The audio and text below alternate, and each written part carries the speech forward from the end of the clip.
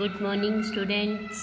आज हम कक्षा 7 का इतिहास विषय का पाठ 3 दिल्ली के सुल्तान का पहला प्रकरण दिल्ली सल्तनत की जानकारी, इसके बारे में पढ़ेंगे।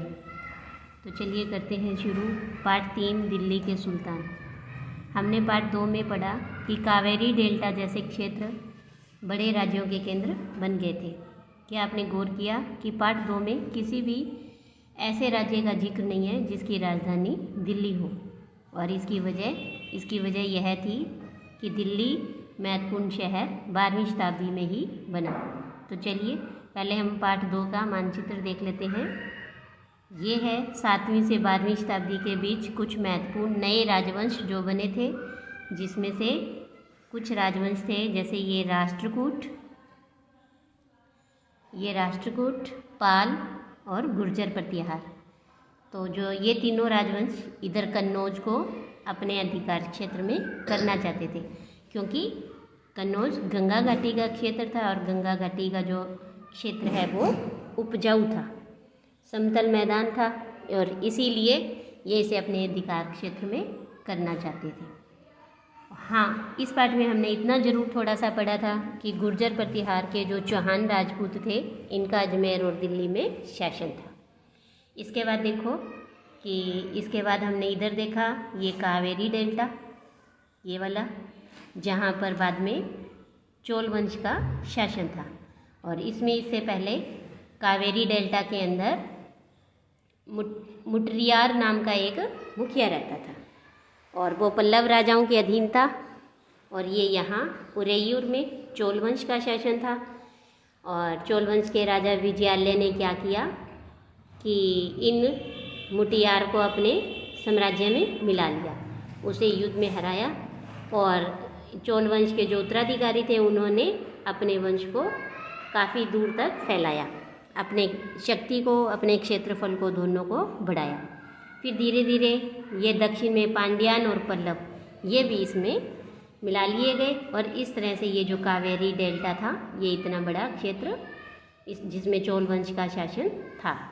इस तरह से देखो हमने पाठ 2 में कहीं भी दिल्ली के सुल्तान या दिल्ली सल्तनत के बारे में नहीं पढ़ा था, और इसको नहीं पढ़ने का कारण यही था कि उस समय तक दिल्ली शहर है वो ज़्यादा महत्वपूर्ण नहीं था। और दिल्ली महत्वपूर्ण शहर कब बना? 12वीं शताब्दी में। अब तालिका 1 पर नज़र डालो कि पहले पहल तोमर राजपूतों के काल में दिल्ली किस साम्राज्य की राजधानी बनी। 12वीं सदी के बीच में तोमरों को अजमेर के चौहान, जिन्हें चाहमान भी कहते हैं, तो तोमरों को किसने हराया? चौहानों ने। तोमर और चौहानों के राज्यकाल में ही दिल्ली वाणिज्य का एक महत्वपूर्ण केंद्र बन गया। वाणिज्य मतलब व्यापार का। और इस शहर में बहुत सारे समृद्धशाली जैन व्यापारी रहते थे। इन्होंने कई मंदिरों का निर्माण करवाया। यहाँ दहलीवाल कहे जाने वाले सिक्के भी डाले जाते थे जो काफ़ी प्रचलन में थे। तो यानी कि जो जैन व्यापारियों ने सिक्के डाले, उन सिक्कों को क्या कहते थे? दहलीवाल। तो इस तरह से देखो कि हम पहले तालिका 1 देख लेते हैं। ये देखिए कि इसमें किस किस दिल्ली पर किस शासक का शासन था। तो सबसे पहले राजपूत वंश, और इन राजपूत वंशों का जिसमें तोमर वंश थे, जिनका आरंभिक 12वीं शताब्दी से 1165 तक इनका शासन था। और तोमर वंश का प्रसिद्ध शासक था अनंगपाल, जिसने 1130 से 1145 तक शासन किया, और इसी ने ही दिल्ली शहर बसाया था। फिर दिल्ली पर शासन हुआ चौहानों का, जिन्हें चाहमान भी कहते थे, और इन्होंने 1165 से 1192 तक शासन किया। और चौहानों में से पृथ्वीराज चौहान तृतीय ये एक प्रसिद्ध शासक थे, जिसने 1175 से 1192 तक शासन किया। और इसने अफ़गान के शासक सुल्तान मोहम्मद गोरी से युद्ध किया। तराइन में युद्ध हुआ था, और जिसमें 1192 में वह मोहम्मद गोरी से हार गया था। इसके बाद तुर्की शासन, जो 1206 से 1290 तक चला, जिसमें कुतुबुद्दीन ऐबक ने 1206 से 1210 तक ये खुद एक दास था। फिर ऐबक का दास था इल्तुतमिश, इसने 1210 से 1236 में दिल्ली पर शासन किया। फिर इल्तुतमिश की बेटी रजिया सुल्तान, जिसने 1236 से 1240 तक शासन किया। इसके बाद गयासुद्दीन बलबन, जिसने 1266 से 1287 तक दिल्ली पर शासन किया। और ये देखो इल्तुतमिश का मकबरा यहाँ चित्र में दिखाया गया है। इसके बाद दिल्ली पर शासन आया खिलजी वंश का, जिसने 1290 से 1320 तक शासन किया, जिसमें से जलालुद्दीन खिलजी और अलाउद्दीन खिलजी ये प्रसिद्ध शासक थे। अलाउद्दीन खिलजी का जो शासनकाल था वो 1296 से 1316 तक। खिलजी वंश के बाद तुगलक वंश 1320 से 1414 तक, जिसमें से गयासुद्दीन तुगलक, मोहम्मद तुगलक, फिरोज शाह तुगलक ये महत्वपूर्ण शासक थे। और ये यहाँ पर फिरोज शाह तुगलक का मकबरा भी दिखाया गया है। इसके बाद सैयद वंश 1414 से 1451 तक, जिसमें से खिज्र खान ये एक प्रसिद्ध शासक हुआ इस वंश का। इसके बाद आए लोधी वंश, जिसने 1451 से 1526 तक शासन किया, और जिसमें से बैलोन लोधी प्रसिद्ध शासक थे। और 1526 में बाबर के साथ लोधी वंश के शासक का युद्ध हुआ था इब्राहिम लोधी का, और जिसमें वो हार गया। और 1526 से इस दिल्ली पर मुग़ल राजवंशों का शासन स्थापित हुआ, और भारत के अंदर 1526 से मुग़ल राजवंश की स्थापना होती है। बाबर ने ही मुग़ल राजवंश की नींव रखी थी। तो इसके बाद देखो ये हमने ऐसे तालिका 1 देख ली। तो इस तालिका 1 में हमें पता लगा कि कैसे किस साम्राज्य की राजधानी ऐसे दिल्ली बनती गई। पहले किसका शासन था, तोमर का, फिर चौहानों का, इस तरह से उसके बाद तुर्की, फिर अफ़गानी, इस तरह से आते रहे। इसके बाद हम देखेंगे कि 13वीं सदी के आरंभ में दिल्ली सल्तनत की स्थापना हुई। इसके बाद दिल्ली एक ऐसी राजधानी में बदल गई जिसका नियंत्रण इस उपमहाद्वीप के बहुत बड़े क्षेत्र पर फैल गया। अब हम तालिका 1 पर देख लिया हमने, और उन 5 राजवंशों को भी हमने पहचाना जिन्होंने दिल्ली को क्या बनाया, एक बड़ी सल्तनत बनाया।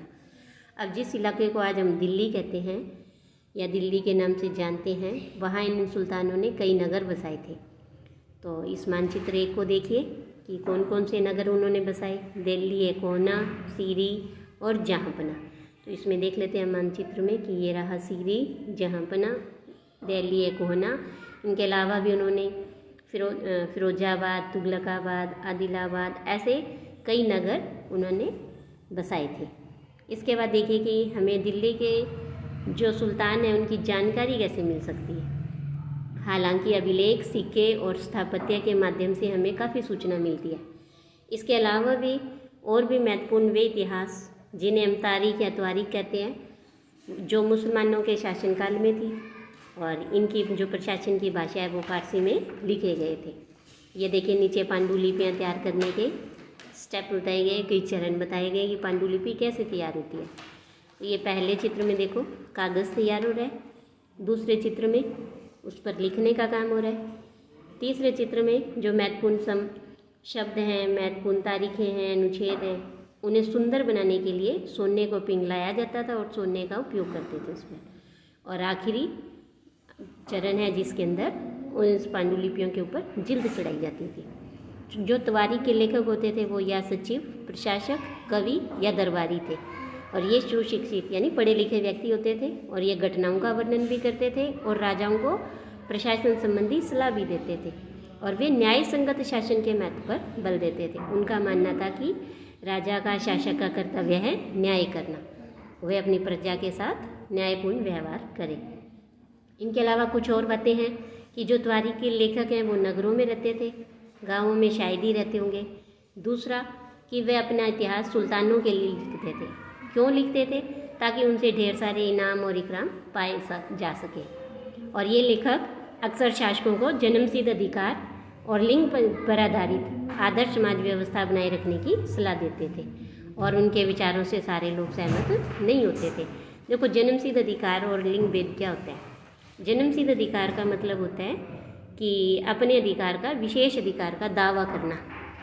उदाहरण के लिए लोग ये मानते थे कि कुलीन व्यक्तियों को, कुलीन का मतलब जो राज परिवारों में जन्म लेते हैं, उनको कुछ खास परिवारों में जन्म लेने के कारण शासन करने का अधिकार विरासत में मिलता है।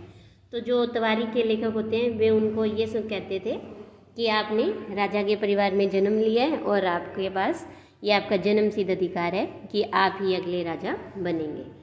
और लिंग भेद होता है कि स्त्री और पुरुष के बीच में सामाजिक और शारीरिक रचना के आधार पर अंतर करना। आमतौर पर यह समझा जाता था कि जो पुरुष है वो स्त्रियों की तुलना में श्रेष्ठ होते हैं, इसीलिए उनमें ये अंतर भी, ये फ़र्क भी किया जाता था। सन 1236 में सुल्तान इल्तुतमिश की बेटी रजिया सुल्तान वो सिंहासन पर बैठी और उस युग के इतिहासकार मिन्हाज सिराज ने खुद स्वीकार किया कि वह अपने सभी भाइयों से अधिक योग्य और सक्षम थी, लेकिन फिर भी वह एक रानी को शासक के रूप में मान्यता नहीं दे पा रहा था। दरबारी भी उसके स्वतंत्र शासन करने की कोशिशों से प्रसन्न नहीं थे और 1240 में उसे सिंहासन से हटा दिया गया। सिर्फ क्यों हटाया उसे? लिंग भेद के कारण, क्योंकि रजिया सुल्तान क्या थी? खुद एक महिला थी, इसीलिए उसे हटा दिया गया। इसके बाद देखो कि रजिया सुल्तान के बारे में खुद मिन्हाज सिराज ने क्या विचार व्यक्त किए। उसका ये मानना था कि ईश्वर ने जो आदर्श समाज व्यवस्था बनाई है उसके अनुसार स्त्रियों को पुरुषों के अधीन होना चाहिए और रानी का शासन इस व्यवस्था के विरुद्ध जाता है।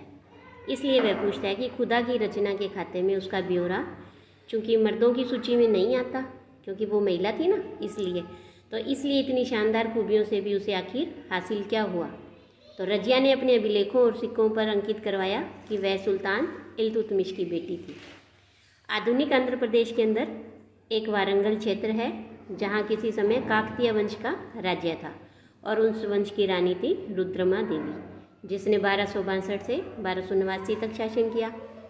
तो रुद्रमा देवी के व्यवहार से रजिया का व्यवहार बिल्कुल ही उल्टा था। रुद्रमा देवी ने अपने अभिलेखों में अपना नाम पुरुषों जैसा लिखवाया, जबकि रजिया ने क्या किया था? रजिया ने यह लिखवाया था कि सुल्तान इल्तुतमिश की बेटी, और इसने खुद का नाम लिखवाया और पुरुष होने का भ्रम भी पैदा किया। और एक महिला शासक और थी कश्मीर की, जिसका नाम था रानी दीदा। उसने 1980 से 1003 तक शासन किया और उसका नाम दीदी, जिसका अर्थ होता है बड़ी बहन, उसी से ही निकला है। दीदी से ही दीदा शब्द बना है और जाहिर है कि प्रजा ने अपनी प्रिय रानी को यह स्नेह भरा संबोधन दिया होगा। तो इस तरह से हमने देखा कि दिल्ली सल्तनत का विस्तार कैसे होता है और इसके विस्तार से साम्राज्य ये कैसे बना, इसका हम अगले भाग में पढ़ेंगे। आज के लिए इतना ही, धन्यवाद।